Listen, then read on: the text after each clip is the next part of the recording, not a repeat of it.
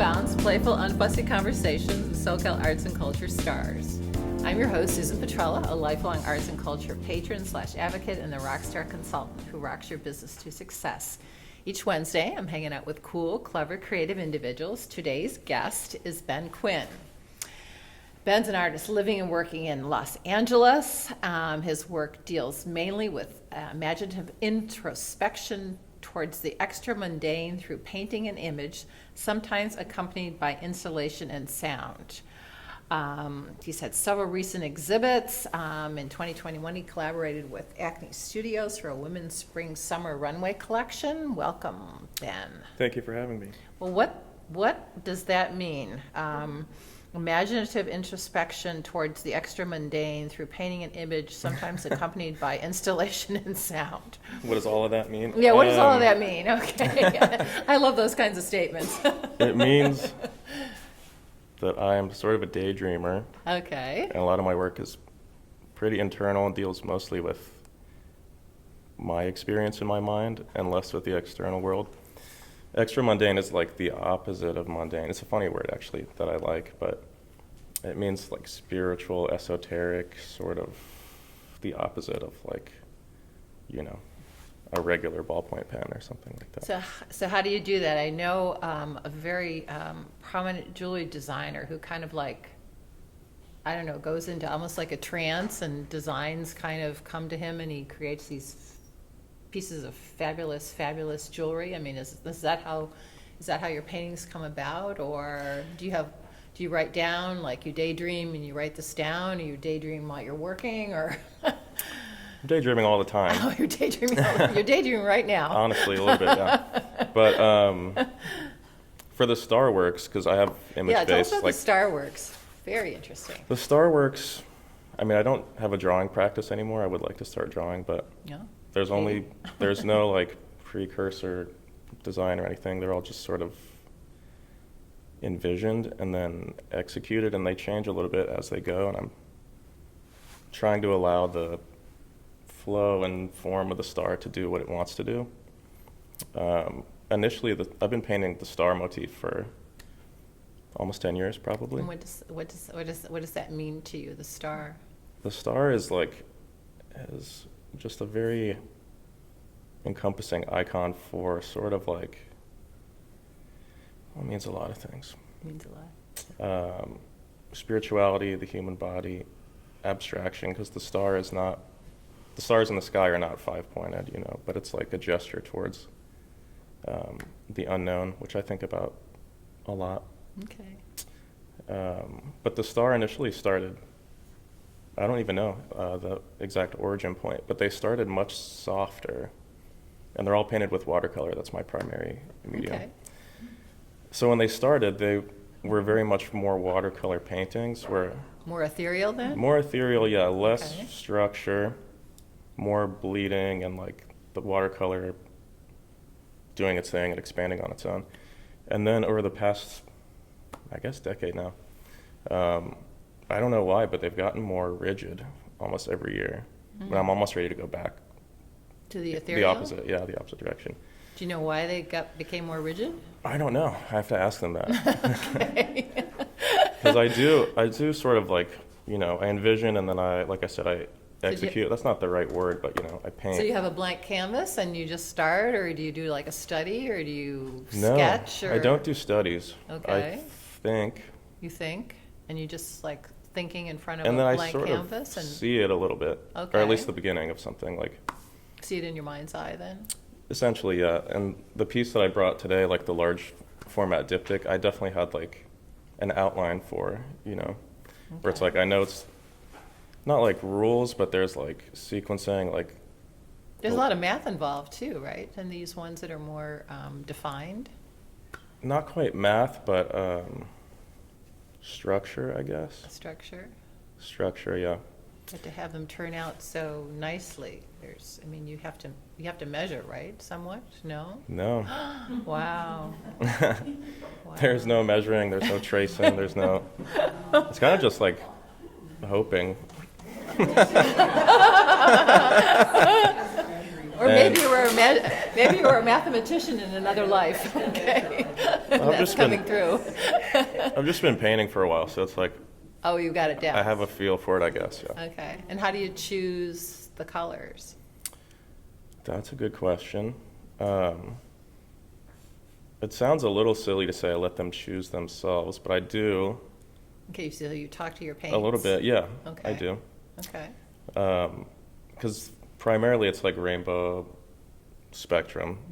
I pretty much use every color for every painting. I've thought about why do I do that all the time, but Okay. no exact answer. But I don't want it to be like Roy G. Biv over and over again. So it's sort of more discombobulated and it's a little more uncomfortable than like the known like transitional colors and stuff. So, I mean, painting is, a lot of it is just like pulling it out of the canvas. So it's like, Canvas is kind of telling you what it wants to be. yeah, I was gonna say I ask, but I more so just listen. Listen. And then I mix a color, and if it doesn't feel right, it doesn't go on there. But mixing the colors is a lot of fun. Are you working in just this large format now, or do you work on No, one work at a time, or? Yeah, one work at a time. I have a pretty small studio, so I can paint something like that, which is 7 by 10 altogether feet. One painting at a time, yeah. And do you work every day and all night long, or? When I'm painting, yeah. Yeah, you do. Which I go through waves and phases and stuff. I just completed a body of work, which I can talk about a little bit later. But Or you could talk about it now. sure. No? And when I'm painting, Okay. I try to paint like, Okay. I kind of just zone out truly. And it's like, I can't eat or I won't eat. We'll just paint for several hours straight, and like I can't think about anything else until there's some point of resolution in this painting practice. So like, it's not like a marathon, but I'm trying to be better about just like painting for an hour if I have the time, instead of like, well, I can't paint today because I don't have 6 hours straight or whatever. So that doesn't sound like it would work though for you, right? It seems more That's usually like how I paint though. Yeah. Okay. I just I like to be with the painting for like just several hours and not have to do anything else or answer emails or like, pay bills or whatever. Oh, okay, yeah, pay bills, do all that other stuff. So, Mm-hmm. So what are you working on now? What's the collection of work that you've created? I just finished a new body of work. It's a small body of work. It's 6 paintings. I usually work serially also, Okay. as in like groupings of a similar concept or whatever. There's only one large format piece in the show. The rest are actually pretty small, like 11 by 14, Oh, which is actually more of a challenge for me than making a larger painting. okay. It's more restrictive. I don't know. I'm happy with the work, but it's 6 paintings total, and it's similar. It's like the next chromatic step from the piece that I brought, in that, it's slightly less transparent. The colors are brighter. Like the piece that I brought is from about 1.5 years ago, I want to say. And then within the past year, the paintings have just wanted to be brighter and louder. And there's like now an opera rose, which is a color. I don't know if you know that color, but Ben, I want to be bright yellow. there's a Yeah. lot of bright yellow. There's like 50 different types of bright yellow in the show. Okay, I bet. They're just brighter and louder, and they have more movement to them, and they're a little funkier. But so there has to have been a change in you then, right? To have that. Yeah, I would imagine so. I'm Yeah. trying to Do you know figure out what what that that is? is. No, I don't. Okay. Okay. And the smaller, so what brought about that? Did you just like, oh my God, I've got to go smaller for some reason? Sort of. I think maybe it was indicative of the space that the work is going into. It's a small project space. And when I think about exhibitions, I consider it the space, of course, because it's like I have this parameter to work with, and I'll do a site visit and stuff, and just sort of envision a layout and like a flow of how things get installed, like what kind of, even just like at the basics, like what kind of rectangular shapes would look good in here, and then almost work backwards from that. But it's a smaller space. It's a project space that my friends run in LA. Okay. So there's room for like two big paintings or A big painting. a big painting and, Six small. Five small. 5 small. Okay. Yeah. Do they riff off one another? I mean, the paintings. They or do. They all stand. Are they all stand individually? They definitely riff off of each other. Okay. I'll send you the documentation when I have it, because I don't have any of it Do you have yet. titles. I mean, do you have a title? I have titles. They're sort of, How do they come about? they used to be more spectacular. Now it's like, Starburst 2, Starburst 3. Like that one's Split Star 5, I think. And these are titled similarly. Okay. There's the 4 small ones, there's 4 11 by 14s that are titled based on their like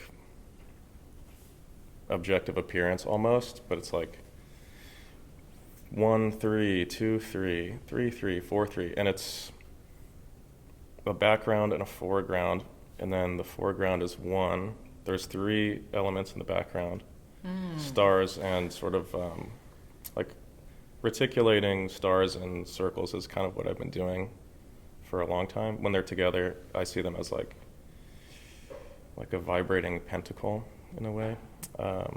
But they're sort of separated from each other in this work, and then in my imagination they're sort of like moving around and aligning on a different plane.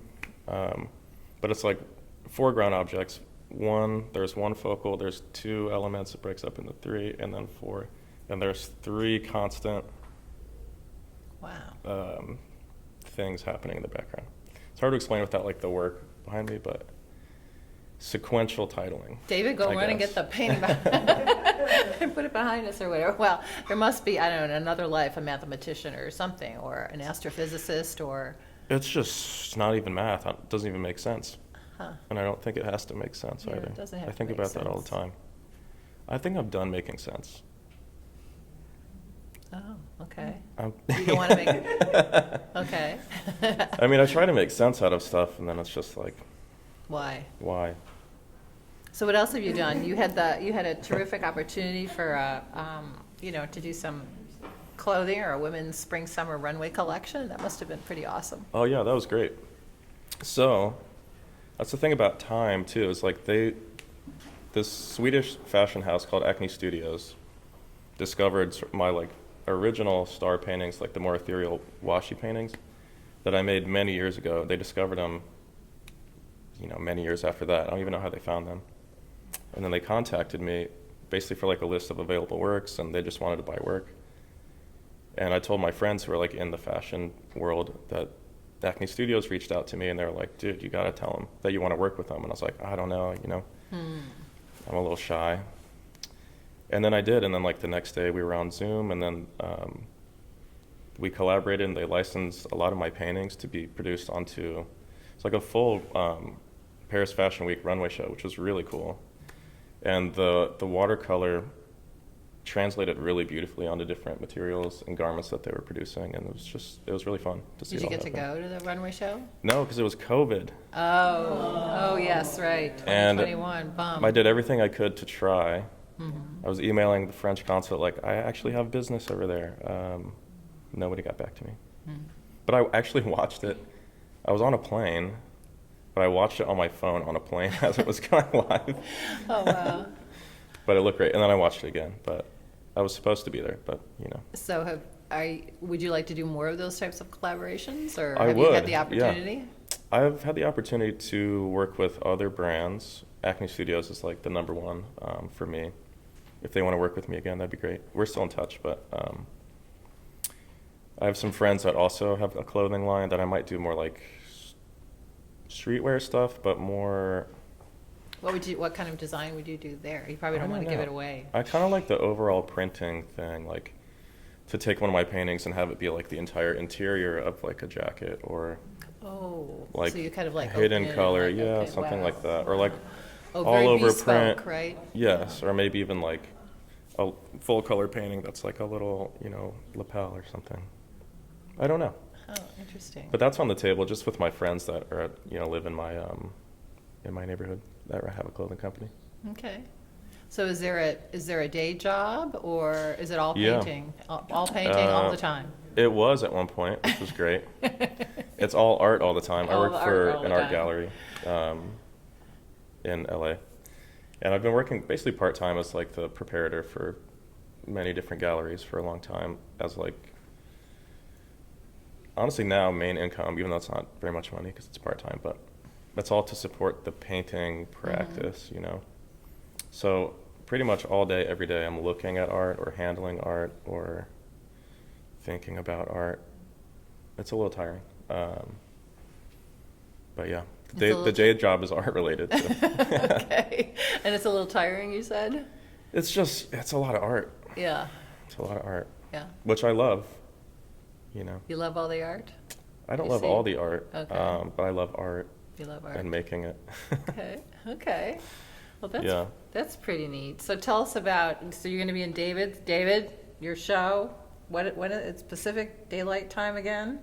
It's going to open June 3rd, but the reception is June 12th. June 3rd, reception's June 12th, so you have a couple That's paintings correct. in there. Just the one. Just the one? Yeah, because that's one Oh, I painting. think, I It's just thought I in two saw parts. two come in.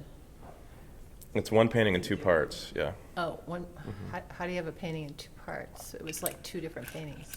It's one painting. Oh, you had one painting? Well, Really? one, I guess. It's on oh, the that's back? That's an interesting question.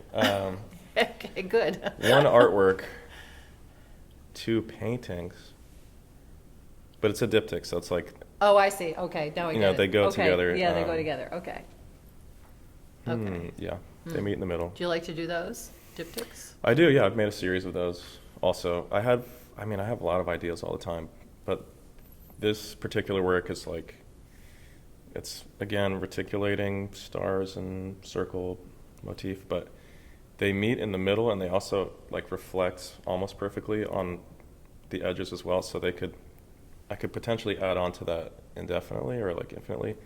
So you could have a triptych. A triptych or a Or- quadriptych or whatever, like Is that what 10 of them in a row Oh, interesting. would be cool. But like building a giant, almost like panoramic style painting is something I'd like to do in the next few years. Kind of like, yeah, interesting. So you have these ideas, do you write them down for other work, or they just keep them in your head? I mean, some people have journals where they, Yeah. they write down ideas, and then, they have all of these journals, and then something triggers, and they go back and, oh, yeah, I'd like to do something with that. No, I barely write anything down anymore. Okay.